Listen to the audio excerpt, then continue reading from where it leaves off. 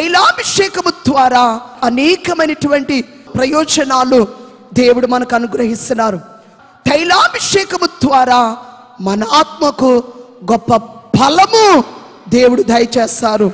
సమూయేలు వ్రాసినటువంటి మొదటి గ్రంథము 10వ అధ్యాయము 6వ వచనం. యెహోవా ఆత్మ నీ మీదికి బలముగా దిగివచ్చును. సమూయేలు సౌలును అభిషేకించినప్పుడు దేవునికి ఆత్మ బలముగా దిగి వచ్చినటువంటి కార్యాన్ని చూస్తున్నాం ప్రియులారా. అదే కార్యాన్ని సమూయేలు మొదటి గ్రంథం 16వ అధ్యాయం 13వ వచనములో చూద్దాం. సమూయేలు తైలపు కొమ్మును తీసి వాని సహోదరుల ఎదుట వానికి అభిషేకం చేసెను.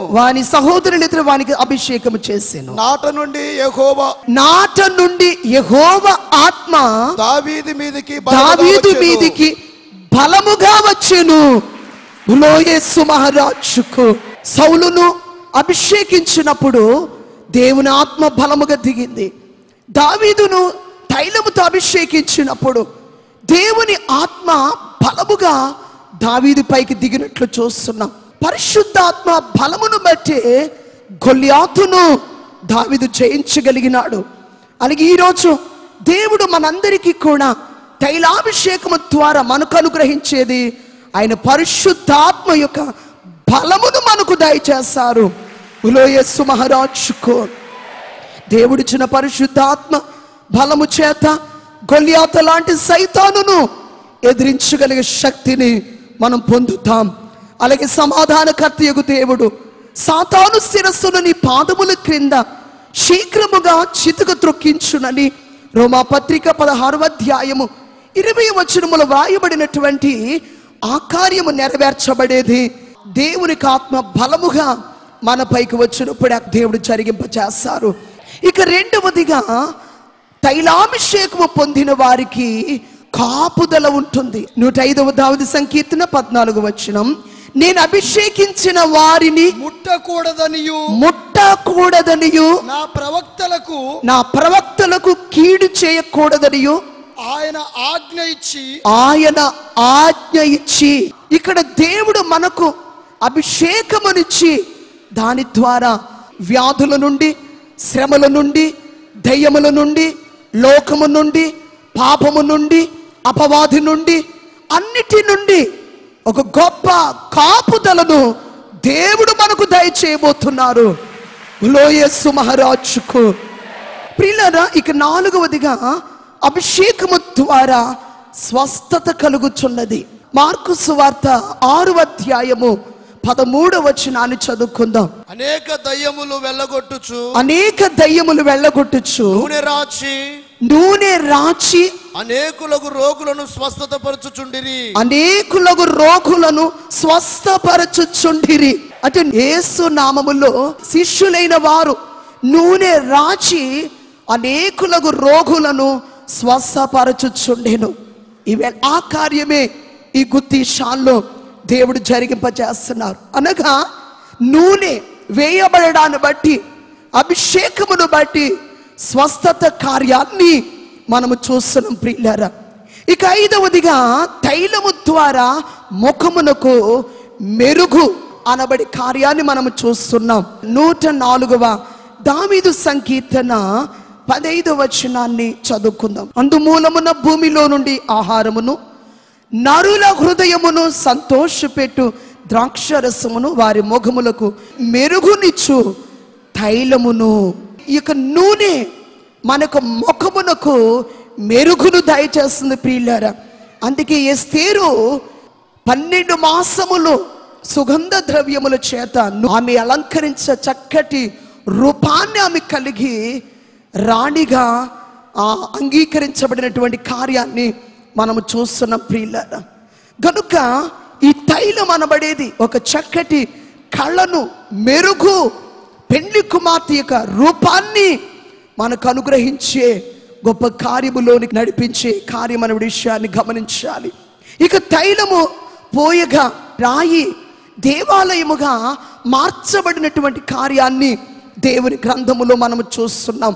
ఆదికాండం 28వ అధ్యాయం 18వ వచనములో అరణ్యములో లూజు అనబడే ప్రాంతములో యాకోబు గారు ఒక రాయిని తలగడిగా చేసుకుని నిద్రపోవచ్చుండగా ఒక స్వప్నాన్ని చూస్తారు.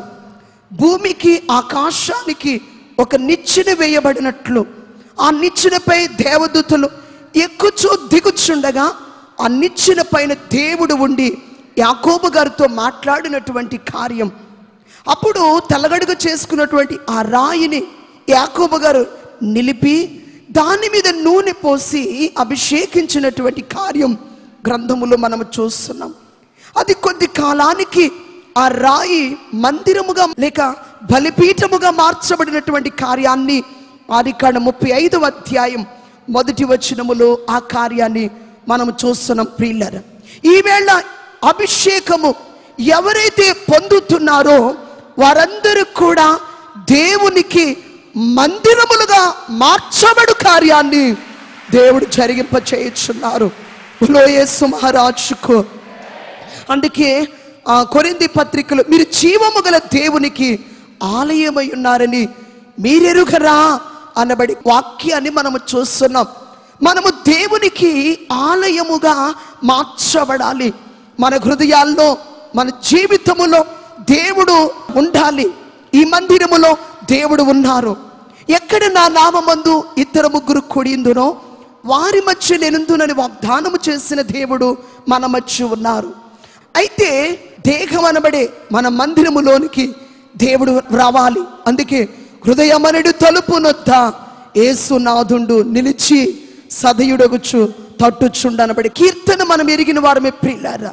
తలగడగా చేసుకున్నటువంటి ఆ రాయి బలిపీఠముగా మార్చబడింది. అలాగే దేవుని వాక్యం మీరు సజీవమైన రాళ్ల వలె ఉన్నారని పేతురు గారు వ్రాస్తున్నారు. గనుక రాళ్ల అయినటువంటి మనపై దేవుని యొక్క అభిషేకం వచ్చినప్పుడు మందిరముగా మార్చబడినటువంటి కార్యాన్ని మన పట్ల దేవుడు జరిగించనై ఉన్నారు. దేవునికి మహిమ కలుగును కాక. అందుకే చాలా మంది తైలాభిషేక పండుగలు పాల్గొన్న వారు వారిచ్చినటువంటి సాక్ష్యాలు పాపము చేయాలని ఆశ ఉండేది కాదు. అభిషేకమైనప్పటి నుంచి పాపం అంటే అసహ్యత మాకు కలిగింది అని అనేక మంది సాక్ష్యం ఇచ్చారు. ఇదే మందిరముగా జీవించడము ప్రియులారా. అనేక మంది వారు ఇచ్చినటువంటి సాక్ష్యాలు అభిషేకమైనప్పటి నుంచి సన్నిధి అనుభవాన్ని అనేక గంటలు మేము కలిగి ఉన్నామంటున్నారు. ఇదే మందిరం యొక్క అనుభవమై ఉన్నది ప్రియులారా. ఇక 7వదిగా తైలముతో తల అంటబడితే గిన్నె నిండి పొర్లునటువంటి కార్యము దేవుడు జరిగింపచేస్తారు. 23వ దావీదు సంకీర్తన 5వ వచనాన్ని చదువుకుందాం. నా శత్రువుల ఎదుట నీవు నాకు భోజనం సిద్ధపరచుదువు, నూనెతో నా తల అంటి ఉన్నావు, నా గిన్నె నిండి పొర్లుచున్నది. ప్రియులారా, తైలాభిషేకము ద్వారా గిన్నె నిండి పొర్లునటువంటి కార్యాన్ని దేవుడు జరిగింపచేస్తారు. అనగా సమృద్ధిని, ఈ లోకమందు సమృద్ధి, పరలోకమునందు సమృద్ధి, లేమి అనబడేది మనకు ఉండదు. గొప్ప సమృద్ధిని దేవుడు మనకు అనుగ్రహింపచేస్తారు. మనము బ్రతుకు దినములని కృపాక్షేమములే మన వెంట వచ్చినట్లు చేస్తారు. అది సమృద్ధి. యేసు మహారాజుకు అంటే అంతటి ఆత్మీయత ఎదుగుదల దేవుడు మనకు అనుగ్రహిస్తారు. ప్రార్థన జీవితములో, విశ్వాస జీవితములో, వాక్య అనుభవం జీవితములో, సన్నిధి జీవితములో గిన్నె నిండి పొర్లినటువంటి కార్యాన్ని, అలాగే ఈ లోకమందు కావలసిన ఆశీర్వాదాల్లో గిన్నె నిండి పొర్లినటువంటి కార్యాన్ని అభిషేకము ద్వారా దేవుడు మనకు అనుగ్రహించనై ఉన్నారు. దేవునికి మహిమ కలుగును గాక. తైలాభిషేకము ద్వారా తైలము అంటబడితే పెండ్లి కుమార్తె కావచ్చును.